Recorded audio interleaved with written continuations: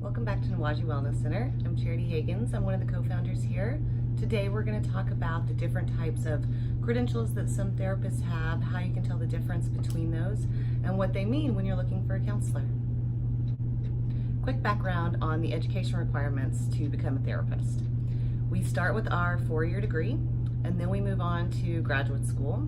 And during graduate school, we spend usually the last year to sometimes 2 years in what we call practicum. It is the counselor version of a med student, where we are seeing clients clinically outside of the classroom. We're taking that information back to our on-site supervisor, but as well as our professors and fellow classmates to get feedback on the best way that we can hone our skills, how we're working with clients. We do a lot of collaboration, a lot of learning during that time period, and most therapists find it one of the most valuable experiences that they can have during their education period.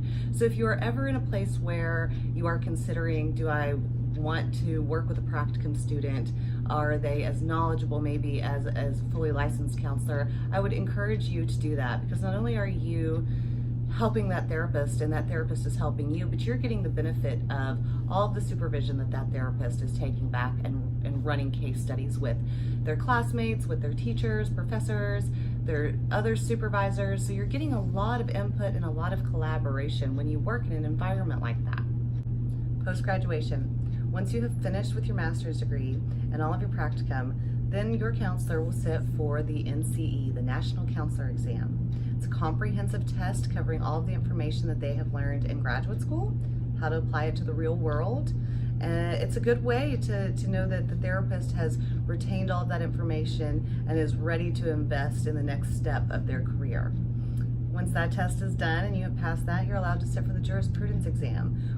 Every state has some variation of this, but it covers all of the ethical, legal, regulatory rules that govern our field, so that you know the therapist is ready to go into their practice and be able to practice ethically, which is really important, and we'll have another video covering the ethics of counseling as well. If you've ever been looking for a counselor, you may have noticed some of the letters at the end of all of our names and wondered, what do all of those mean? There are things like LPC, LCSW, LMFT, and it's a little confusing probably to know which way to go and who's going to be the right one for you. I'm going to try to break some of those down today, but I'm going to focus mostly on the LPC. Number one, because I'm an LPC, so I know that process really, really well, but also because I'm in the state of Texas, and Texas is a heavy laden state with LPCs. That's really pushed in this state. So I'm going to focus primarily on that, but please know that an LMFT or an LCSW are also fully trained and capable of helping you, and if you click with them on a personality level, then you should stay with them. I mean, it's a great field to work in. It's just a few differences in classes that we take and maybe backgrounds that we come from. For example, an LMFT may be more versed in marriage and family therapy, but they're also capable of doing individual therapy. So don't overlook them if you feel like you're really gonna click with them. LPC, or Licensed Professional Counselor. I'm going to focus on that today because you're going to see that at the end of a lot of counselors' names, and there may be even some variations on that, so I'm going to try to explain the differences in those variations. When we enter our field, remember I said that we had to go through graduate school and practicum, pass our boards. Once all of that's been completed and verified, we then apply for what is called a Licensed Professional Counselor internship. This just means that we're new to this field, and for a short period of time, we need to be supervised by somebody who is more tenured in this practice. So once we become an intern, we then start our 3,000 hours in the state of Texas of supervised work. We can go out into the community and counsel clients of any population, and those case studies are taken back just like they were in practicum to our LPC supervisor. And we run different scenarios on the best ways to treat them and different things to look out for. The great thing about seeing an LPC intern is you aren't just getting one therapist. You are getting the benefit of many therapists, because they're required to run all of their cases by a supervisor. So that supervisor who has lots and lots of experience is going to be able to look at that case and say, have you thought about it this way? Maybe here's a thing that you can work with your client on. I've seen clients just like this in the past. Let me tell you how that went, and maybe that gives you some inspiration for how to work with your clients, some of the things that they're going through. Here's some things out of my toolkit that I've cultivated over the past 5-10 years. That's great, because that intern then can go back and add the things that they know as well. So you're not just getting one clinician, you're getting at least 2 and maybe more. In our office, we do a collaborative environment. So we staff all of our cases with all of our therapists, licensed interns, supervisors. Everybody gets together and talks about the different things that they're seeing in their clients, different ways to help them, different ways to educate themselves. It's a really valuable tool that therapists can use. Don't worry about your confidentiality. I know you may be thinking, well, I don't want anyone else to know my stuff. That sounds awful. Therapists never associate names with cases. It's just client.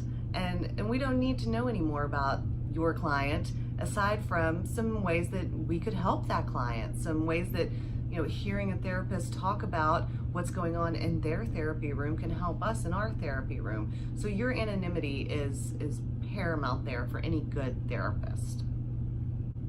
Once a therapist has completed 3,000 hours of supervised experience, they are then invited to apply for their independent licensure.